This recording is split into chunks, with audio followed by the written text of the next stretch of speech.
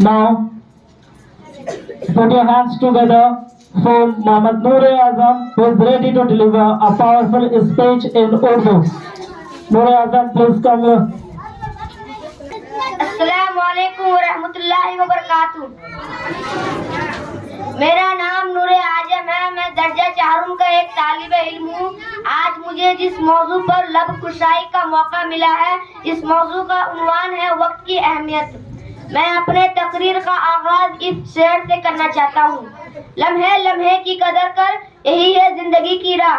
लम्हे लम्हे की कदर कर, यही है जिंदगी की राह। न जाने कब वो गुजर जाए और रह जाएगा सिर्फ आह। वक्त एक कीमती सरमाया, यासे दुनिया में हर से नुकसान की कुछ ना कुछ तिलाफी मुमकिन है, लेकिन गुजरे हुए वक्त की तिलाफी नामुमकिन है। वह दोबारा कभी भी लौट कर वापस नहीं आते। दुनिया में वह लोग कामयाब होते हैं जो हमेशा वक्त की कदर करते हैं। वक्त की तमीज सूरज और सितारों के निकलने और डूबने से होती है। लम्हा, मिनट, घंटा, दिन रात, महीने और बरस सभी वक्त के हिस्से हैं। जो लोग दुनिया में सही वक्त पर अपना काम किया करते हैं, वह कामयाबी हासिल करते हैं। अगर वक्त का वजूद न होता तो दुनिया का सारा इंजाम दरहम बरहम हो जाता।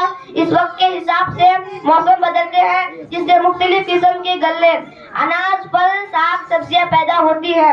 वक्त दरिया की बहती हुई मौज की तरह है जो हमेशा आगे बढ़ती रहती है, पीछे पलट कर कभी नहीं देखती। इसलिए इसकी कदर करना लाजमी है। खुदा हाफिज।